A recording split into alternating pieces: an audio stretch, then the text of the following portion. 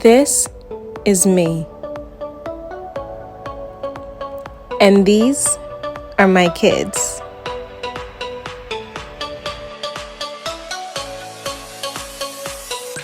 And this is our life.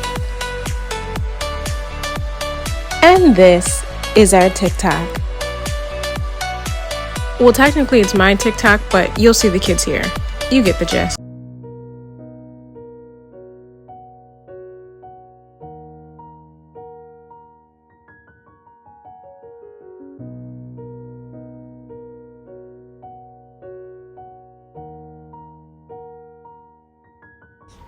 Hi everyone, this footage is from July, and right now I am trying to get rid of all of my drafts because I want to be up to date with everything that I put out as we wait for baby Jax to get here.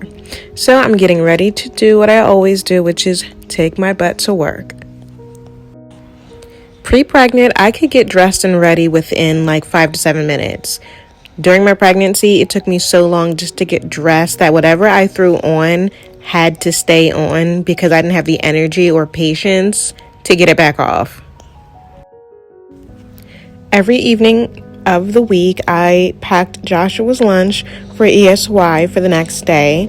If you guys have paid attention, you know that Joshua has a full day program where he does not get lunch, and Jaden has a half day program where they don't have time for lunch.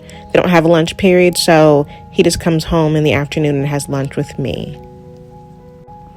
Actually, interestingly enough, I called Joshua's ESY program, and come to find out, they told me they don't serve lunch or have a lunch period at all, so there's no need to send his lunch. And I'm like, my kid's there for 6 hours a day and it's summertime. What the hell do you mean you're not feeding the kids? Like, so you get up, clock in, and you're there, let's say like roughly 7:30, 8 a.m. and the program doesn't end until like 2:30. Do you eat anything? Because in what world does it make sense that you're not feeding these kids? My makeup looks terrible because my skin is so damn oily, but let's go to work. I'm going to keep on sending my son lunch, and he's going to need to eat that. That doesn't even make any sense. I do not understand that concept whatsoever. Because one morning when he forgot his lunchbox, I called and I was like, hey, he forgot his lunchbox. Is it okay if I DoorDash some food to the school? And they were like, for what? And I was like, for lunch? And they were like, oh, we don't do that here. And I was like, which part? Like, what do you mean? They're like, oh, yeah, there's no lunch period. What? All right, the rest of the kids can starve, just not my son. But I think the parents should know because there was no formal documentation that came home that said any such thing. But 6 hours to have a child and not feed them is ridiculous. Other than the lunch scheduling mishap thing, I've been pretty satisfied with the entire ESY program for both of the boys between both of the different schools. Not to mention, my boys absolutely love school. These are not the boys that are playing sick or playing hooky or just even asking to have like a personal day.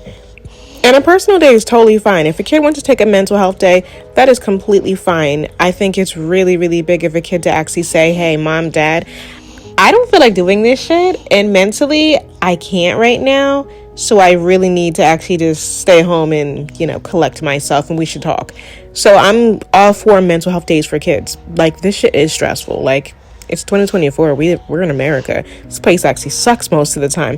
So I condone someone putting their child's mental health first, especially if a child can vocalize it and let it be known that there is something wrong. But my kids absolutely love school. They get mad if they don't get to go to school. They're not big on holiday breaks. They enjoy it, but they enjoy going to school way more. My kids are up on time every single morning. They're up at least 30 minutes before they need to even be up. 30 minutes before the alarm goes off.